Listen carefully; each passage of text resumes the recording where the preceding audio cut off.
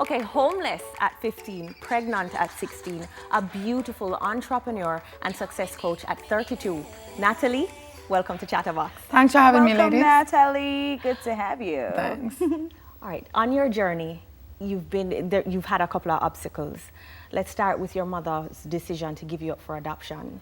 All right, so, quite frankly, I think it's one of the best decisions she's ever made in her life. If I look back at my life, it actually is the beginning of the next phase of how I got cultured, how I got exposed to another section of Jamaica. A lot of times people think, people from certain parts of Jamaica choose to make certain decisions that they make. But the facts are, if you're unaware and unexposed, then you're only going to do what you've seen. And so my mother's decision to give me away allowed me to grow up in middle-class Jamaica, and it allowed me an opportunity to go to school there and experience other things, which widened my vision for who I would be. Okay, wow. So that's a really positive outlook. That's right. It is. Natalie, I mean, you being homeless at 15, you got pregnant at 16, but you still managed to secure several scholarships and 3 degrees. Right. How did you manage to get yourself to that place? The truth is, I didn't conceive the idea of going to college before I did. And I didn't even conceive the idea of becoming a scholarship recipient.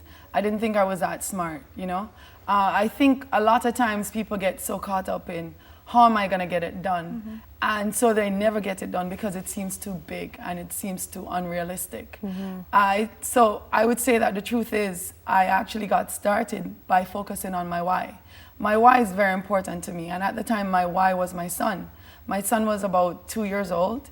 The truth is, if I stayed in Jamaica, I definitely didn't have a scholarship. I definitely couldn't afford college, and I definitely had no way out based on what my circumstances were. I got an opportunity to go abroad, and so I took it, and that was my first college experience. And while I was there, I became a college scholarship recipient over and over and over. Nice. But it started with having a why that was bigger than failing, bigger than the obstacles, bigger than the challenges.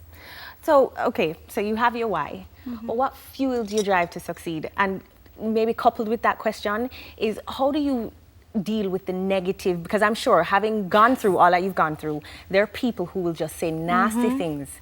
How do you deal with that? Okay.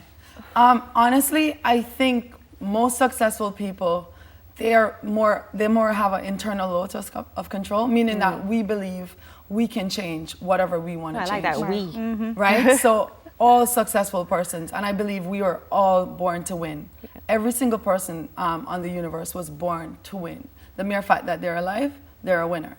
To take it to the next level, they then need to understand that whatever circumstance is around them or seems to be happening to them, they have control. So go back to your question where you say, how do you handle the negative around you? Yeah. The facts are, people have never stopped saying negative to me, at me, or about me. And I don't think they ever will. In fact, the more out there I am, the more exposed I am, the more I'm doing, the more I accomplish, is the more negatives you will get. Yeah. The facts are, however, that my response to them is all that matters. Yeah. So the more I have become confident within myself, the more I'm aware of who I am, and the more I understand where I'm going and the importance of my past to where I'm going, then what they say about me really doesn't matter. Really doesn't matter matter. at all. The same thing I said earlier.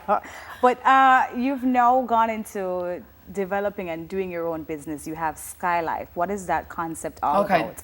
All right. So the idea behind Skye Life was, I think in 2013, I'd just been recruited for a company in Maryland. And we have really big contracts like the NAACP, the state of Maryland, state of New Jersey, state of Delaware, quite a few big contracts. And while I was there, I was very excited. It was this man's vision to really do significant work for the Black community as well as for the United States. I looked back and, I would go to work every day. I had a nice office, I had great clients, I got paid very well. I lived in a very nice circumstance, but I wasn't happy. I wasn't happy because I wasn't living my purpose. Wow. And a lot of times, we spend so much time chasing after what we think society says that success is, that we get lost in the noise of it. And here I was lost in the noise. Woke up every morning, not very happy, You know, I was very grateful. And you can be grateful, and still be unhappy. Yes. Yeah. So I was grateful, but very unhappy because I wasn't where I belonged. And so I started praying. I started praying for a way out, you know, a way into what I'm really meant to do. And I came to Jamaica one Christmas, and I saw an opportunity. It's, you know, I'm into multi-level marketing. So I saw an opportunity, and I saw a way that if my mother was alive, which she isn't right now, but if my biological mother was alive, she's uneducated, but she's very sharp. She's good with numbers, she's good with people, and she's good with business. So this opportunity shows me how I can help people regardless of their educational background, which is something Jamaica needs a lot of. We have a lot of people graduating from college with various degrees, no jobs. Yeah. A lot of entrepreneurs with great ideas, no finances. Right. We have a lot of persons who are underemployed or unemployed. And so we need to get over the hump and see how we can leverage someone else's idea, someone else's business plan to make more money for our country, bring more money into Jamaica. On that note, we have to ask our very last question, unfortunately, because when we could talk to you for for days. What advice would you give our young ladies who are going through and they want to make it out, they want to make themselves better and their lives better? Having done it, what would you say to them? Well, I'm still doing it, honey. I don't think I've arrived. I don't think I've arrived. But one advice I'll definitely say is, number one, you know, write your vision, write what you see for yourself. The truth is, what you see for yourself is so small compared to what you really will accomplish. But you need to start somewhere. So write what you want for yourself. Make a why. Get a why, whether it's your parents, yourself, your child. You know, get something that when you think about it, if you cannot get it down, it will be like suffocating to death. And you'll start to cry. It will move you into passion. Something to motivate Something that's you. going to push you past every time someone tells you no, every time someone tells you it makes no sense. And most importantly, for that young girl out there who's watching, come get yourself September 13th to the Pegasus. We're having a conference, and it's called This Is Our Time to Win.